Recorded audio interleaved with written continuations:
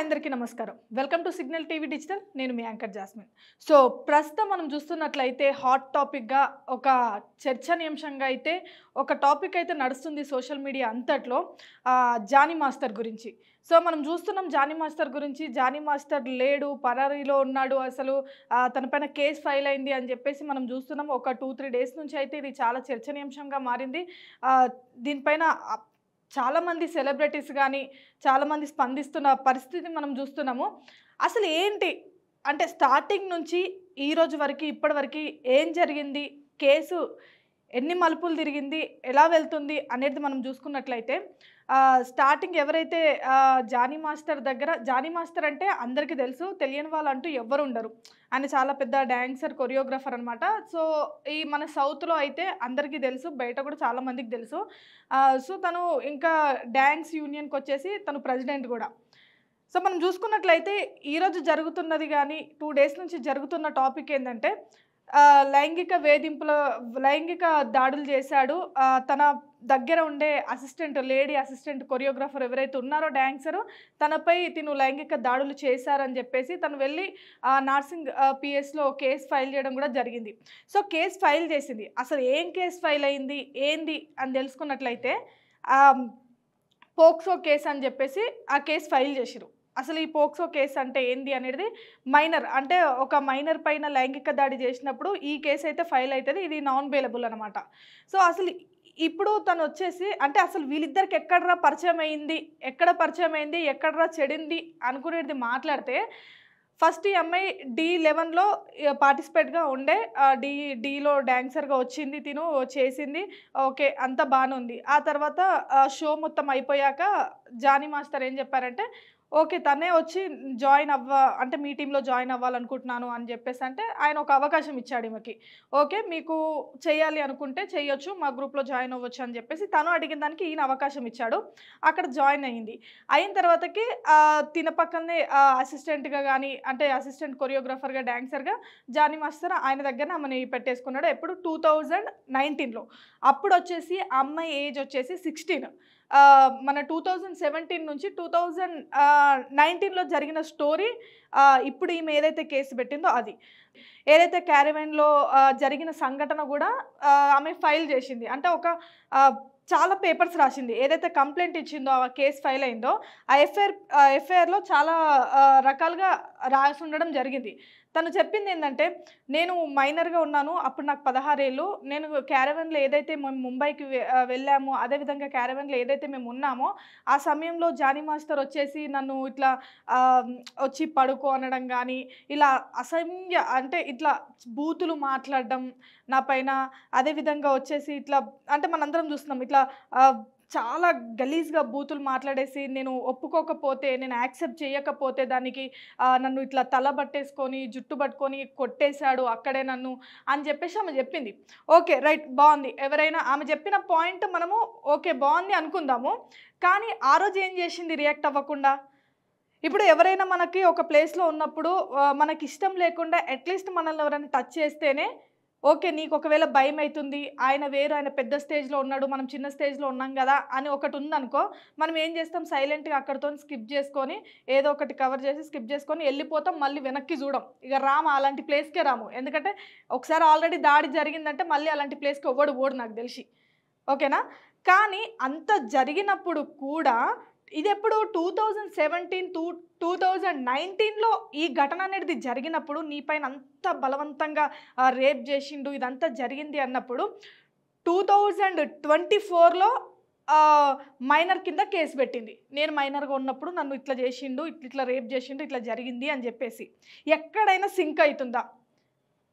And ఇంకొక విషయం నేను చెప్పాలి. నేను ఈమెకి సపోర్ట్ చేస్తున్నా, ఈయనకి సపోర్ట్ చేస్తున్నా, వీళ్ళిద్దరికి ఎవ్వరికి సపోర్ట్ చేయట్లేను. పాయింట్లు మాత్రమే మాట్లాడాలనుకుంటున్నా. డిసిజన్ అనేది మీకే వదిలేస్తున్నా. సో మీరే ఆలోచించండి. ఎప్పుడో 2019లో జరిగిన స్టోరీ ఇప్పుడు మైనర్ కింద కేసులు పెట్టడం అనేది ఎంతవరకు కరెక్టు? ఓకే అనుకుందాం, ఆయన వల్ల ఈయనకి ఇబ్బంది కలిగింది, ఈయన వల్ల ఆమెకి ఇబ్బంది కలిగిందో ఏమనంటే అప్పుడే పెట్టాలి. అప్పుడు కేస్ పెట్టలేదు, కేసులు ఫైల్ చేయలేదు. అట్‌లీస్ట్ తన పక్కనున్న ఫ్రెండ్స్‌కి గాని ఎవరికో ఒకరికి చెప్పుకుంటారు గదా! ఇవన్నీ చెప్పలేదు అనంటే ఇన్ని ఇయర్స్ వరకి జర్నీ నడిచింది అంటే ఒక్క చేత్తో అయితే చప్పట్లనేవి ఉండవు. 2 చేతులు కలిస్తేనే చప్పట్లు అంటారు గదా! సో, ఇక్కడ గూడా అదే జరిగిందని మనం జెప్పుకోవచ్చు. తర్వాత ఆమె ఒక పాయింట్ మాట్లాడింది అదే కేస్‌లో ఏంటంటే, జానీ మాస్టర్ వాళ్ళ భార్య ఎవరైతే ఉన్నారో ఆమె వచ్చేసి నువ్వు అంటే వీళ్ళు ఇద్దరు కలిసి నన్ను ఇబ్బంది పెట్టిర్రు. నువ్వు మతం చేంజ్ అవ్వు అని జెప్పేసి నన్ను ఇట్లా మత మార్పిడి చేయించాలని గూడా ట్రై జేసిర్రు. పెళ్లి జేసుకో, మతం మార్చుకొని నువ్వు హిందువు గదా! నువ్వు ముస్లింలోకి వచ్చేసేయి. నువ్వు ముస్లింలోకి వచ్చేసి పెళ్లి జేసుకో అని జెప్పేసి అన్నారు అని జెప్పేసి గూడా ఆమె అన్నది. కానీ ఇక్కడే ఒకటి ఏంటంటే ట్విస్ట్ ఆయన అన్నాడు అంటే జానీ మాస్టర్ అన్నాడంటే సరే అన్నాడేమో అనుకోవచ్చు. కానీ వాళ్ళ వైఫ్ గూడా అన్నది అనంటే ఆల్రెడీ ఆయన వైఫ్ అయ్యుండి ఇంకొక ఆమెను తెచ్చుకొని అంటే మనం బేసిక్‌గా చూస్తే ఆల్రెడీ ఇద్దరు హస్బెండ్ అండ్ వైఫ్ ఉన్నప్పుడు థర్డ్ పర్సన్ ఎంటర్ అవుతేనే పుట్టడు గొడవలైతాయి. విడిపోయేంత వరకి వెళ్ళిపోతది. అట్లాంటిది ఆమెనే వచ్చి ఆమెతోని "నువ్వు ఇట్లా ముస్లింలకు రా, నువ్వు పెళ్లి చేసుకో" అని అట్లా ఎట్లా అంటది అని చెప్పేసి అయితే మనము అంటే ఇది మనకు గూడా తెలీదు. అంటే అంటారా ఇలా? అంటే ఇలాంటి వైఫ్ గూడా ఉంటారా? అని చెప్పేసి నాకొక డౌట్ వస్తుంది.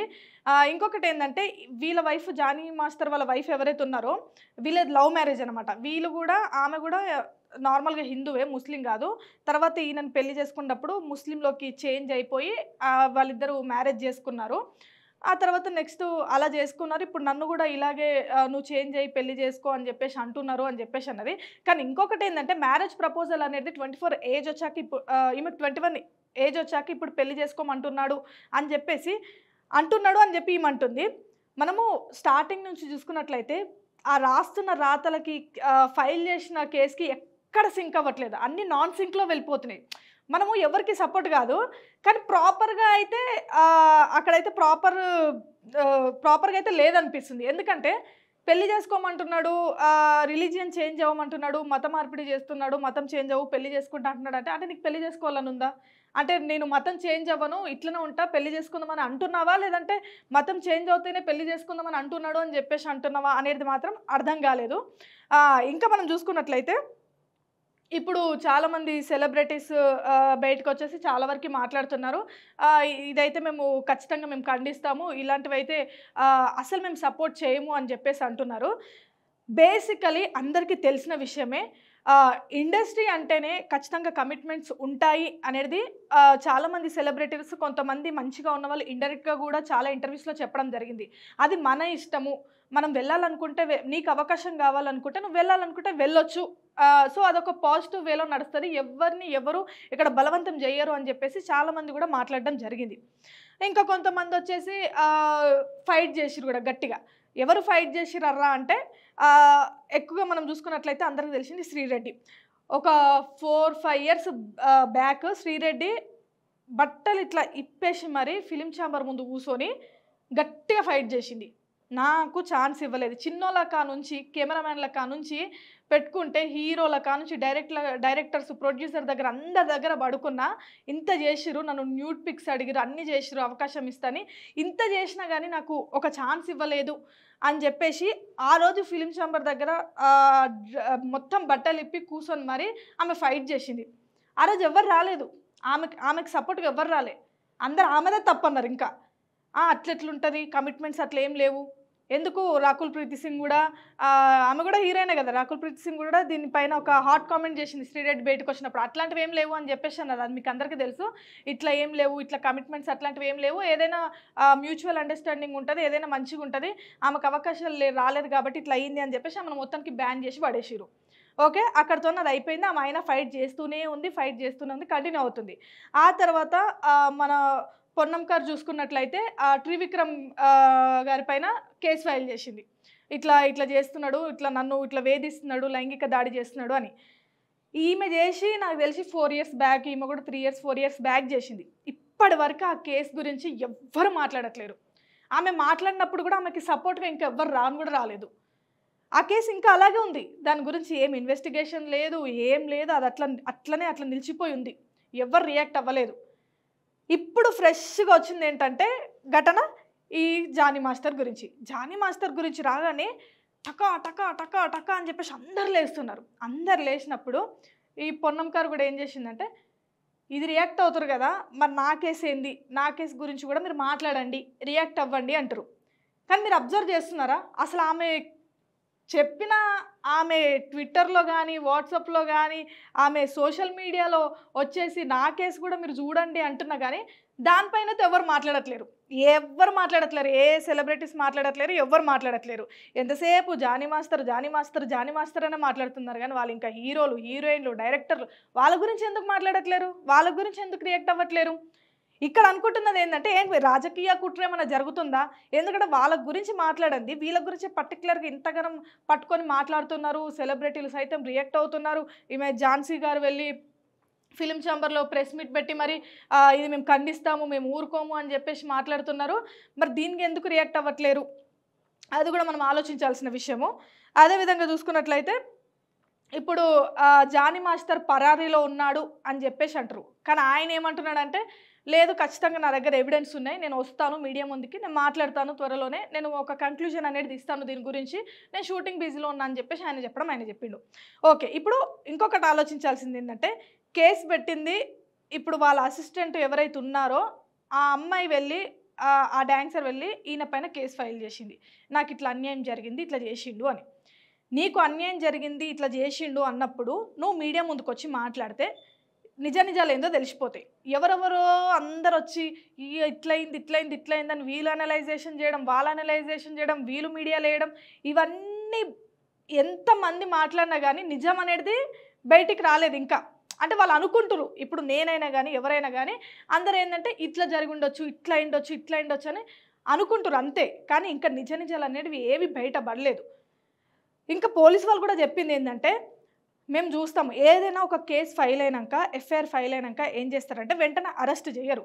ఫస్ట్ ఇన్వెస్టిగేషన్ చేస్తారు. ఆ మనిషిని పిలిపించి ఏంది, ఏం జరిగింది, నీ పైన ఇట్లా కంప్లైంట్ వచ్చింది, ఇవన్నీ ఆరోపణలు ఉన్నాయి. సో వాళ్ళు మొత్తం క్రాస్ చెక్ చేసుకొని చూసుకొని ఆయనను పిలిపించి మాట్లాడతారు. ఏం జరిగింది, ఏంది, మరి నీ దగ్గర ఏమున్నాయి నువ్వు చూపించు అని చెప్పేసి మాట్లాడి దానికి ఒక పరిష్కారం అనేది చేస్తారు. ఇదేది జరగలేదు, ఆయన రానే లేదు, మాట్లాడనే లేదు. ఇంకొకటి ఏందంటే పోలీసులు ఇంకా ఆయనకు ఫోన్ కూడా చేయలేదు అంటారు. కానీ ఇంకా బాగా సోషల్ మీడియాలో రేపుతున్నది ఏందంటే నలుగురిని పెట్టిరు, 4 టీంలు వెళ్ళినాయి, ఆయనను చూసినాయి, ఆయన లేడు, ఇంకా పారిపోయిండు, పరారీలో ఉన్నాడు. మేబీ ఉండొచ్చు, ఉండలేదని కూడా మనం అనకూడదు. ఎందుకంటే ఒక కేసు ఫైల్ అయినప్పుడు ఏ సెలబ్రిటీకి అయినా కానీ బేసికలీ ఎలా ఉంటుందంటే, అరే అరెస్ట్ అయితే రిప్యుటేషన్ దెబ్బతింటుంది, అరెస్ట్ అవ్వకూడదు అని చెప్పేసి మేబీ బెయిల్ కోసం కూడా ఆయన దూరంగా ఉన్నాడేమో, అంటే బెయిల్ వచ్చాక వచ్చి మాట్లాడదామని చెప్పేసి. ఇంకొకటి అంటే 2 సైడ్స్ మనం ఆలోచించాలి ఎప్పుడైనా కానీ. ఒక్కరి సైడే మనం ఆలోచించడానికి లేదు. ఈ ఈ ఈ సందర్భం, ఈ ఘటన చూసుకున్నట్లయితే ఎప్పుడో 2017 నుంచి స్టార్ట్ అయిన స్టోరీ 2024లో బయటికొచ్చిందంటే మనం ఇరువైపులా ఆలోచించాలి. ఎవరికీ సపోర్ట్ కాదు. ఎందుకంటే ఒక నిజం అనేది మనకు బయటికొచ్చినాక పోలీస్ వాళ్ళు ఏంది ఇన్వెస్టిగేషన్ చేసి ఇది ముచ్చట ఇట్లా జరిగింది అని చెప్పినాక అప్పుడు మనం రియాక్ట్ అవ్వడానికి వస్తుంది. అరే వీళ్ళ తప్పు. ఇంకొకటి వాళ్ళొచ్చి మాట్లాడాలి. ఇద్దరు వచ్చి మాట్లాడిన తర్వాతకి అప్పుడు నిజమేందనేది మనకు తెలుస్తుంది. సరే కేసు ఈమె పెట్టినప్పుడు కనీసం ఈవిడొచ్చైనా మాట్లాడాలి కదా మీడియా ముందు. ఏం జరిగింది ఏంది అని. ఈమె కేసు పెట్టింది పక్కకున్నది, ఆయన పైన కేసు ఫైల్ అయింది, ఆయన ఎక్కడో పరారీలో ఉన్నాడు. ఇప్పుడు నిజం అనేది ఎలా బయటకు వస్తుంది? ఇద్దరు వచ్చి కూర్చొని మాట్లాడితేనే బయటకు వస్తుంది. ఇది ముచ్చట ఇట్లా జరిగింది, ఇది జరిగింది అని చెప్పేసి.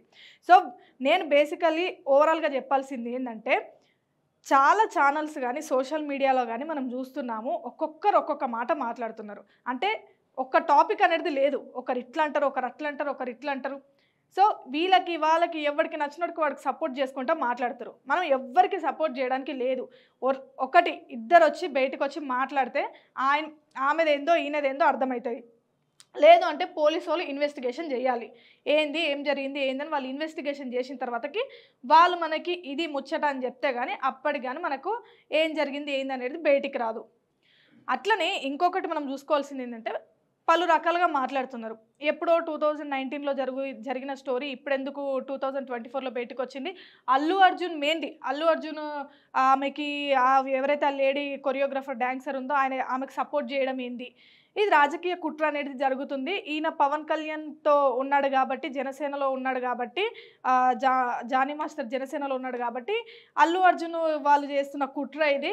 సో, దీనికి ఆమెకు అందుకే సపోర్ట్ ఇచ్చి, ఇన్ని రోజులు బయటికి రాంది, ఇప్పుడు ఆమె ఎందుకు బయటికొచ్చింది అని జెప్పేసి, అంటే ఒక కష్టమో, నష్టమో, ఏదో అబద్ధమో, నిజమో, కానీ ఇప్పుడెందుకు బయటికొచ్చి ఇంత రచ్చ చేస్తుంది అనేదానికైతే కొంతవరకు పొలిటికల్ కుట్ర అయితే ఉంది ఇందులో అని జెప్పేసి అయితే అందరూ మాట్లాడుకుంటారు. మేబీ ఉండొచ్చు. అది గూడా నేను జెప్తున్నా ఉండొచ్చు. అంటే మొత్తం ఉంది అని నేను జెప్పను. కొంతవరకు అది గూడా ఉండొచ్చు. ఇక్కడెక్కడో ఈమె మనసు చెడడమో, అంటే ఇద్దరి మధ్యలో గొడవలు రావడమో, ఆ ఇద్దరి మధ్యలో గొడవలొచ్చి కాస్త వీళ్ళు ఇట్లా విడిపోవడము, ఆ తర్వాత అరే దొరికింది సందు అన్నప్పుడు 10 మందొచ్చి దూరుతారు అందులో. 10 చేతులు పడతాయి. వీళ్ళిద్దరి మధ్యలో ఏదో క్లాష్ వచ్చి విడిపోవడం, ఈ గొడవ జరగడం, అప్పుడు ఇదే దొరికింది సందు అని పొలిటికల్ గూడా యాడ్ అవ్వడం జరిగింది అని జెప్పేసి నేననుకుంటున్నాను. సో, చూద్దాం. మనకైతే ఓవరాల్‌గా ఇది ఏంది, ఇష్యూ ఏంది, కథేందని జెప్పేసి నిజాలు బయటికొచ్చాక వాళ్ళిద్దరూ వచ్చి మాట్లాడినాక, లేదంటే పోలీస్ వాళ్ళు ఇన్వెస్టిగేషన్ జేసి, పోలీస్ వాళ్ళు మనకి ఏంది కథ ఏంది అని జెప్పినాక, అప్పుడు ఎవరు నిజం, ఎవరు అబద్ధం అనేది అప్పుడు మాట్లాడదాం. Please subscribe to signal TV digital.